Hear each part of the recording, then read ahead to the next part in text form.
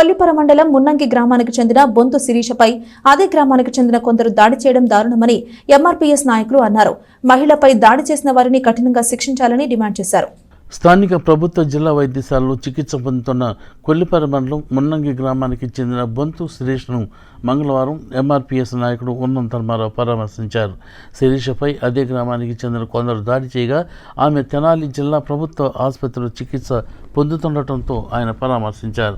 ఈ సందర్భంగా ధర్మారావు మాట్లాడుతూ వినాయక నిమజ్జనానికి వెళ్లిన శిరీష భర్తను దుర్భాషలాడటం ఎంతవరకు సమంజసమని అన్నారు. నిందితులు 5గురిని అరెస్టు చేసి కేసు నమోదు చేయాలని ఆయన అన్నారు. బాధితురాలు శిరీష మాట్లాడుతూ తనకు తన భర్తకు పోలీసుల రక్షణ కల్పించాలని కోరారు. పరామర్శించిన వారిలో కూచిపూడి కిరణ్, ఉన్నం భరత్, ఉన్నం ఇమాన్యుయల్, కారుమూరి సంటి, ఉన్నం గోపి, ఉన్నం సన్నీ, ఉన్నం నాగేశ్వరరావు తదితరులు ఉన్నారు. బొంతు శిరీష భర్త గోపి, మున్నంగి గోపి కృష్ణ 8 తారీఖు మున్నంగి గ్రామంలో, కొల్లిపర మండలం మున్నంగి గ్రామంలో విగ్రహం చూడటానికి వెళితే, అంటే హిందువులు అయినప్పటికీ హిందూ మతంలోని వివక్ష అనేది మీకు ప్రత్యక్షంగా కనపడతా ఉంది. అతను ఒక BC, MBC, most backward caste OPC Krishna. ఈ విగ్రహం చూడటానికి వెళితే విగ్రహాన్ని చూడటానికి వీలు లేదని శాసించిన అగ్రవర్ణ కులానికి చెందినటువంటి రెడ్లు భారత రాజ్యాంగంలో ఆర్టికల్ 17ని పరిశీలించి పరిస్థితులను గమనించి మీరు ఈ శిరీషకి న్యాయం చేయగలరని చెయ్యాలని చెప్పి పోలీసు వారికి విజ్ఞప్తి చేసుకుంటూ, నేను బీసీఏ, నేను మా నాయ బ్రాహ్మణ్ణి, నేను సెలూన్ సార్, ఊళ్ళోనే నాకు కటింగ్ షాప్ ఉంది. నేను బ్యాండ్ ప్రోగ్రాలకు కూడా అంతా ప్లాట్ఫామ్ ఇస్తాను సార్. నేను వాళ్ళకే నాకు అసలు పగంటూ ఏం లేదు సార్. మొన్న దానివల్లే నా దగ్గరికి వచ్చారు సార్ వాళ్ళు. అసలు వాళ్ళకే నాకు కానీ ఎటువంటి సంబంధం, మొన్న వచ్చి నన్ను కొట్టారు సార్.